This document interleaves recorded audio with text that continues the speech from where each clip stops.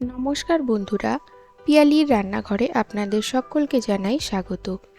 আমি আজ আপনাদের সঙ্গে শেয়ার করছি হেলদি ওটস কুকিজের রেসিপি। আশা করি ভিডিওটি ভালো লাগবে। ভিডিওটি ভালো লাগলে লাইক, শেয়ার, কমেন্ট করতে ভুলবেন না। আর আপনারা যদি এখনও আমার চ্যানেলটিকে সাবস্ক্রাইব করে না থাকেন তাহলে খুব তাড়াতাড়ি সাবস্ক্রাইব করে নেবেন। আপনারা যদি এই ভিডিওটি ফেসবুক থেকে দেখে থাকেন তাহলে প্লিজ আমার ফেসবুক পেজটিকে ফলো করে নেবেন। আর আপনারা আমাকে এখন ইনস্টাগ্রামেও ফলো করতে পারেন। আমার ইনস্টাগ্রাম হ্যান্ডেলের আইডি পিয়ালির রান্নাঘর। তাহলে চলুন দেখে নেওয়া যাক ওটস কুকিজ বানানোর জন্য আমাদের কি কি উপকরণ লাগবে। আমি এখানে একটা বড় মিক্সিং বোল নিয়ে নিয়েছি, তারপরে একটা চালুনি রেখেছি। এবার এর মধ্যে দিয়ে দিচ্ছি 1/4 কাপ মতন পাউডার ব্রাউন সুগার। আপনারা ব্রাউন সুগারের পরিবর্তে গুড়ের যে পাউডার পাওয়া যায় সেগুলোও ব্যবহার করতে পারেন। এবার এর মধ্যে দিয়ে দিচ্ছি 1/4 কাপ মতন ঘি। মেজারমেন্টগুলো একই নেওয়ার চেষ্টা করবেন, তাহলে কুকিজ পারফেক্ট হবে। এবার এটাকে 3-4 মিনিট বিট করব বা ততক্ষণ বিট করব যতক্ষণ না এর টেক্সচারটা ফ্লাফি আর ক্রিমি হয়ে যায়। তো আমি এখানে হ্যান্ড হুইস্কার ব্যবহার করছি, আপনারা চাইলে ইলেকট্রিক বিটারও ব্যবহার করতে পারেন। তো দেখুন প্রায় 4 মিনিট পর এর টেক্সচারটা কতটা ক্রিমি হয়ে গেছে আর এর কালারটাও কিন্তু চেঞ্জ হয়ে গেছে।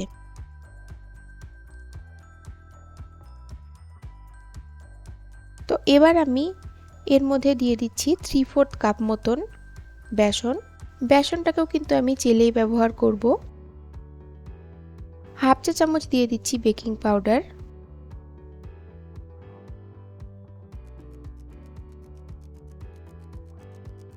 1/4 চা চামচ বেকিং সোডা এবং সামান্য একটু লবণ। এবার সমস্ত উপকরণগুলোকে খুব ভালো করে চেলে নেব। এবার সমস্ত উপকরণকে ভালো করে মিশিয়ে নিচ্ছি।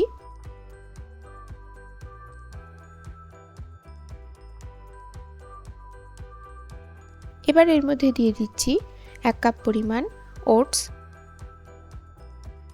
একটু ফ্লেভারের জন্য এর মধ্যে দিচ্ছি ক্রাশড করা এলাচ। একটু মিশিয়ে নিচ্ছি।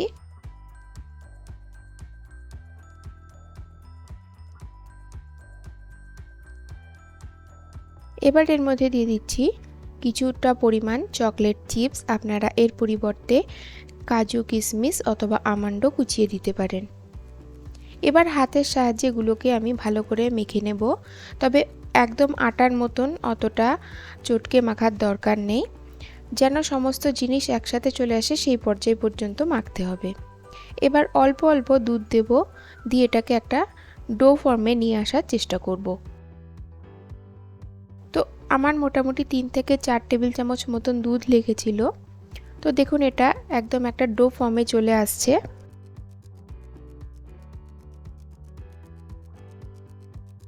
তো ব্যাস, এটাকে আর মাখার দরকার নেই। এবার এখানে আমি বেকিং ট্রেটা রেডি করে নিচ্ছি। একটা পার্চমেন্ট পেপারের ওপর আমি একটু ঘি গ্রিস করে নিচ্ছি।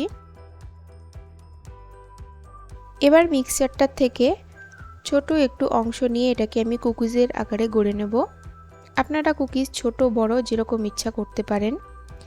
এটাতে যেহেতু ওটস আছে তো সেই জন্য সাইডগুলো একটু ফেটে যেতে পারে, তো এগুলোকে হাত দিয়ে একটু ফিক্স করে নিতে হবে।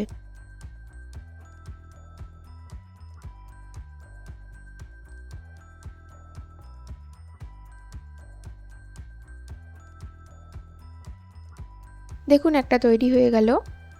এবার বাকি কুকিজগুলোও আমি একইভাবে তৈরি করে নেব। কড়াইটাকে আমি 10 মিনিট প্রিহিট করে নিয়েছি। এবার এই কড়াইয়ের মধ্যে আমি কুকিজের ট্রেটাকে সাবধানে বসিয়ে দিচ্ছি, দিয়ে এটাকে 5 মিনিট আমি লো ফ্লেমে বেক করে নেব।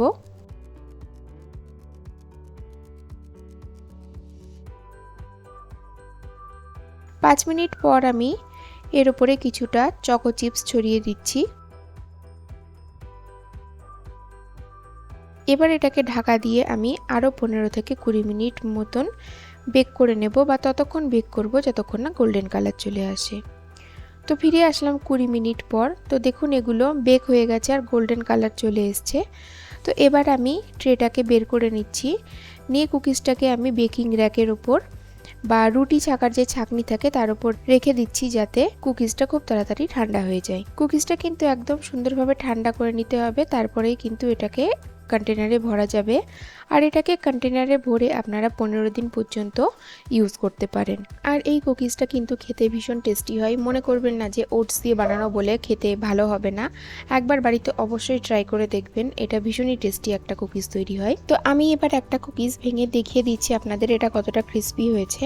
আমি এখানে কিন্তু কুকিজটাকে হেলদি বানানোর জন্য ব্রাউন সুগার ব্যবহার করেছি, আর সেই সঙ্গে ব্যবহার করেছি বেসন। আপনারা চাইলে ময়দা আর সাদা চিনি দিয়েও করতে পারেন। পদ্ধতিটা ঠিকভাবে ফলো করবেন, আপনাদের কুকিজও সেমভাবেই তৈরি হবে। ব্যাস, আজ এই পর্যন্ত। তাহলে আজ আসি, আবার দেখা হবে নতুন রেসিপি নিয়ে।